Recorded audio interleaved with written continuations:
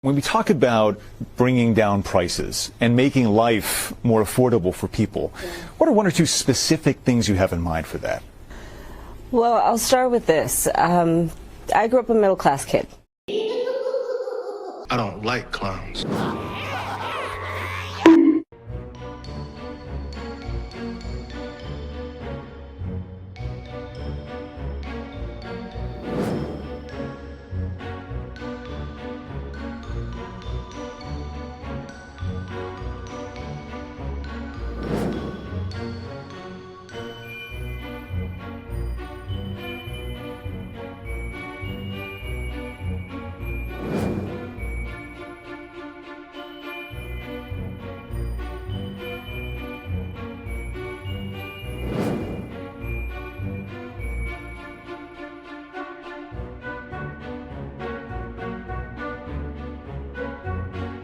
There was more foolery yet, if I could remember it.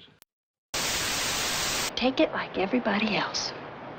A town of 60,000 that has been forced to take a further 20,000 Haitian migrants brought into the country by, again, the Biden-Harris administration, and whose presence has led to massive spikes in car accidents, including deadly ones, all sorts of other issues with people with prices of their homes going up as NGOs fund the migrants' rent, and a host of other problems. They're eating the dogs, they're eating the cats, eat the cat, eat the cat. They're eating the dogs, they're eating the cats, eat the cat, eat the cat. They're eating the dogs, they're eating the cats, eat the cat, eat the cat. They're eating the dogs, they're eating the cats, eat the cat, eat the cat. They're eating the cats, they're eating the dogs, eat the cat, eat the cat. Eating the dogs, they're eating the cats, eat the cat, eat the cat. And you know what? I think this is great. It shows the cut-through of this moment, because eating the cats has become the latest version of Let's Go Brandon. Remember that? It's a shorthand that allows people to talk about and acknowledge the horrible consequences of the Biden-Harris administration's open border policies, which have seen innocent Americans murdered, raped, and brutalized by illegal immigrants across the country. Gangs, the whole thing. It makes people also think about why the Biden-Harris administration imported hundreds of thousands of Haitians and dropped them in communities like Springfield, Ohio, and other places across the country when no one ever asked for or wanted this to happen. At least in those places, they didn't get a vote. We don't care. Have a look, for example, at what happened when Harris was asked what she would do to bring down prices, which have gone up something like 20% for food over the course of the Biden-Harris administration. When we talk about bringing down prices and making life more affordable for people, what are one or two specific things you have in mind for that? Well, I'll start with this. I grew up a middle-class kid. My mother raised my sister and me. She worked very hard. She was able to finally save up enough money to buy our first house when I was a teenager.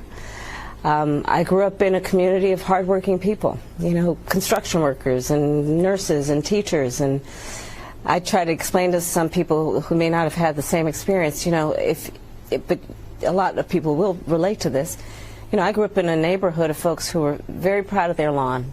What do you understand his appeal to be, and how do you speak to his voters, or maybe people who just share his values but are open to something else?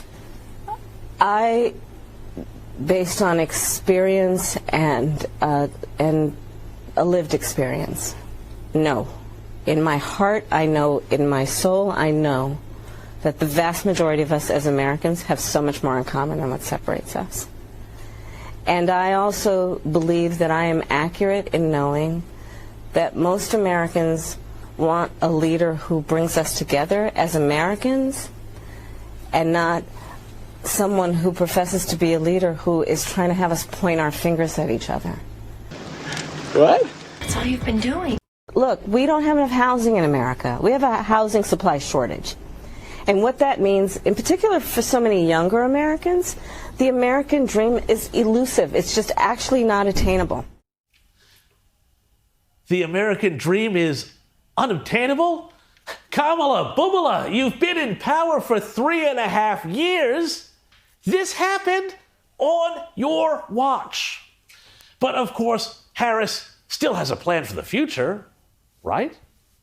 My approach is about new ideas, new policies that are directed at the current moment.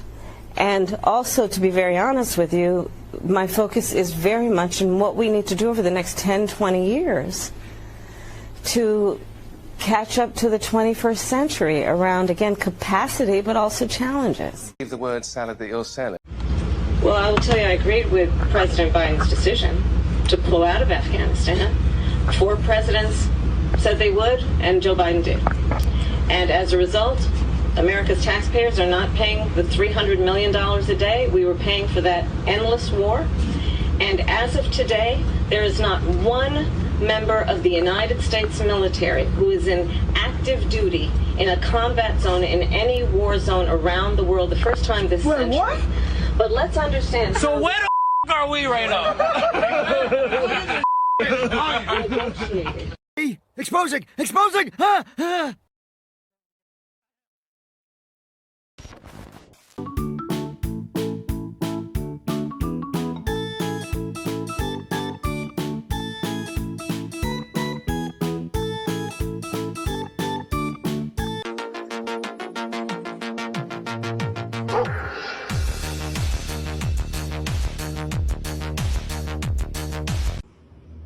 Luna, quem mandou tu comer isso aqui?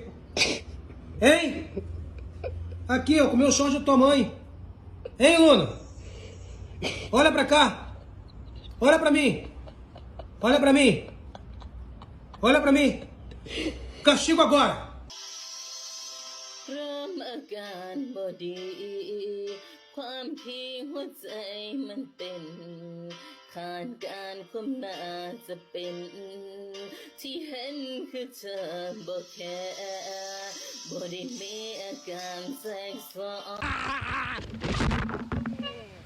It is a messed up world.